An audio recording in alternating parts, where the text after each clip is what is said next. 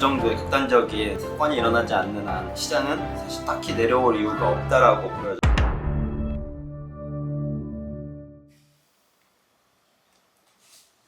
네, 안녕하세요. 우리 검은 머리 외국인 왔어. 자기 이름 좀 알려주세요. 모니카입니다. 모니카. 한국 주식에 관심 좀 있어졌어요? 네네. 아주 관심이 생겼어요. 네네. 네네. 오케이, 들어와요.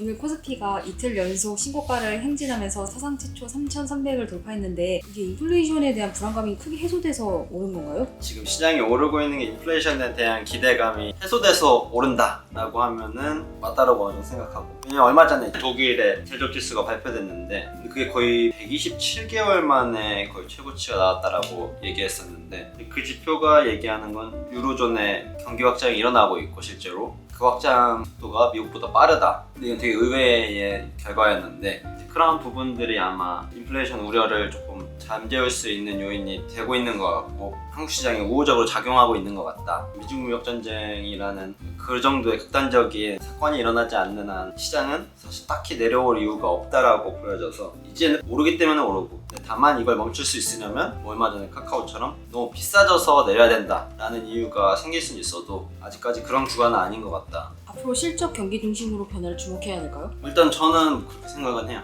성장주들이 시장을 주도하고 있긴 하지만 사이클이라는 거는 조금씩 하반기로 갈수록, 또 이제 금리 인상 시점이 다가오는 내년으로 갈수록 돈은 점점 더 그쪽으로 몰리지 않을까. 그래서 2022년, 2023년으로 갈수록 오히려 돈이 그쪽으로 쏠릴 수도 있겠다. 인프라 투자에 얼마 전에 합의한 그런 내용도 있다 보니까 실제로 투자가 많이 이루어지고 사람들이 그걸 인지하고 투자에 이제 경기 민감주가 매력적이다. 다만 그때에 대해서도 이제 경기 민감주가 가격적으로 매력적인 구간에 있어야 되는 것은 이제 전제 조건이지만, 근데 그때 가서 확인하고 사면 항상 늦기 때문에 저는 개인적으로 지금부터 살려고 하고 있고, 모니카는 따라하지 마시고 저는 개인적으로 그렇게 하고 있다. 지금은 뭐 성장주들이 좋아 보이긴 하나 경기 민감주 또한 가격적인 메리트에 있는 업종들은 살만하는 것 같다. 코스피가 지금 최고점을 막 계속 경신하고 있는데, 이 시점에서 오히려 주변 섹터, 주도주들의 이제 주변에 있는 섹터들이 오를 수 있는 환경이 나중에는 조성되니까 그런 쪽으로 포지션을 잡아보는 것도 괜찮지 않나, 그런 상황입니다.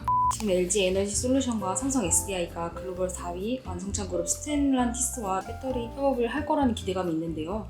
이번 수주가 향후 배터리 시장 점유율에 어떤 영향을 미칠까요? 피아트라이슬러랑 푸조 시트로엔 그 두 개가 이제 합쳐서 만든 건데, 근데 뭐 시장에서 지금 예상하기로는 미국 시장이랑 유럽 시장에서 판다라고 하면은 아마 한국산 배터리를 많이 넣어야 될 거다. 왜냐면 미국에서 생산해야 되는데 각 공장에서 생산된 배터리를 써야만 보증을 받을 수 있는데, 사실 미국과 중국 좋은 사이가 아니고 CATL의 공장이 거의 중국에 많이 점유돼 있다라는 특점을 갖고 있긴 하잖아요. 개인적으로는 아직 미국에 공장이 없는 삼성 SDI, 근데 삼성 SDI가 분명히 미국에 공장을 지으려고 할 텐데 스텔란티스가 같이 합작법인을 세워서 미국 시장에 공장을 짓기로 한다라고 하면 아마 삼성 SDI의 주가에는 굉장히 모멘텀이 되는 상황일 수 있다. 스텔란티스 안에는 뭐 마세라티도 있고 푸조도 있고 시트로잉도 있고 이런 많은 이제 자동차 회사들이 들어가 있는데, 글로벌로 봤을 때는 점유율이 생각보다 작진 않다. 전체 시장에서 10%를 가져가고 있는데, 그 분야에서 삼성 SDI가 당분간 그 캐파를 독점한다, 혹은 뭐 LG화학이랑 나눠서 갖는다라고 했을 때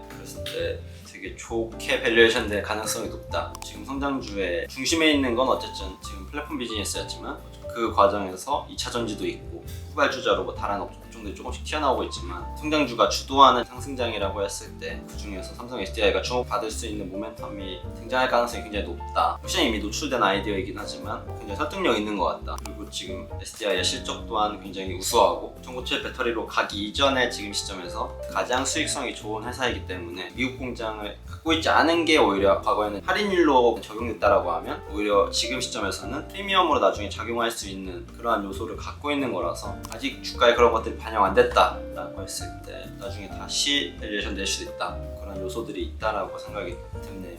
지금 중국 의료 서비스 시장이 급성장하고 있는데요. 중국에서 신고가를 이제 경신하는 소비재 분야로는 뭐 치과도 있고 의용도 있는데, 이런 부분은 어떻게 생각하시나요? 모든 서비스는 각각의 나라의 GDP와 연동되는 경우가 많잖아요. 소비 여력이 낮았을 때는 이제 뭐 1차 생산품 이제 그런 것들에 많이 소비하게 되고, 이제 국민들이 많이 벌면 벌게 될수록 사치품도 사고 피부과도 다니고 이제 이런 걸 하는 건데, 중국도 이제 1인당 소비 지출량이 많이 늘어났으니까 지금 임플란트 시장도 조금 더 개선되고 피부 미용에도 신경 쓰고 이제 그런다는 것 같은데, 근데 그런다라고 했을 때 아직 중국의 뭐 의료 시장에서 신뢰도가 있냐? 1인당 소비 지출량은 늘었는데 중국 국가에서 의료계에 대한 신뢰가 그만큼 올라왔냐라고 했을 때는 그렇지 않다라고 판단하기 때문에, 그러면 이것은 투자로 발상했을 때 중국의 소비 지출 여력이 늘어났음에도 아직 그 의료진에 대한 신뢰가 없다라고 하면 중국인들은 한국에 와서 그런 의료 시술을 많이 받을 수도 있을 것 같다 라고 연동해 볼 수 있잖아요. 그랬을 때 국내에 있는 피부 미용 매출이 증가할 수 있는 거고, 근데 그게 눈으로 확인된다 라고 하면 아마 관련주들은 엄청나게 올라가겠지. 왜냐면 중국인들이 한국에 방문하면 그와 동시에 방문자 수만큼 매출이 늘어나니까. 그러면 이제 또 상상해보지, 중국인들 그럼 몇 명이라 그랬지? 13억 명? 16억 명? 그럼 이제 그러면 이제 곱하기 막 16억 하면서 이제 다시 밸류에이션 하는데, 그래서 그만큼 중국이라는 키워드가 주식시장에서는 재밌게 작용한다. 동시에 중국인들이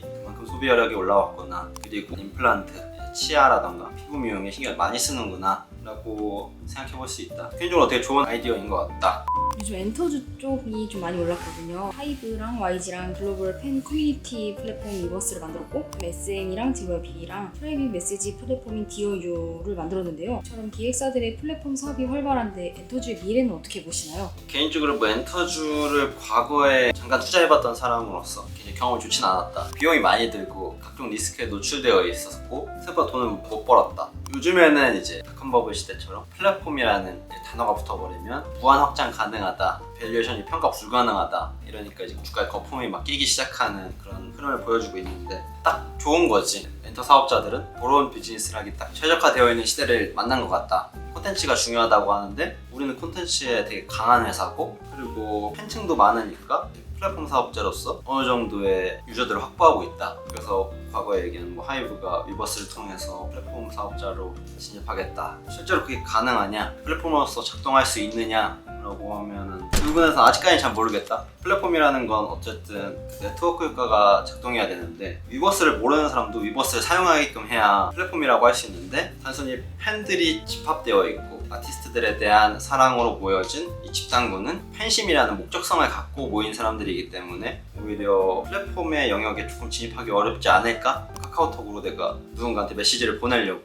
또 누군가가 그 메신저를 써야 되는, 아니면 우리가 SK텔레콤이라는 통신사를 써야만 인터넷이 터져. 이런 식의 낙인될 수 있는 요소가 굉장히 강해야 된다라고 하는데, 팬심이라는 게 그렇게까지 강한 요소를 띌 수 있나? 이 플랫폼은 1등과 경쟁이 붙여진 마지막 주자만 있을 뿐인데 오직 1등이 독점하는 시장인데, 그런 쪽에서 많은 어려움이 있지 않을까. 워낙 확장을 많이 하고 있으니까 카이스트랑 SM이었는데 네. 이제 메타버스를 만든다고 했잖아요. 메타버스라는 사이버 공간에서 공연도 하고 세일즈도 하고 굿즈도 팔고, 메타버스는 저는 굉장히 좋은 아이디어다.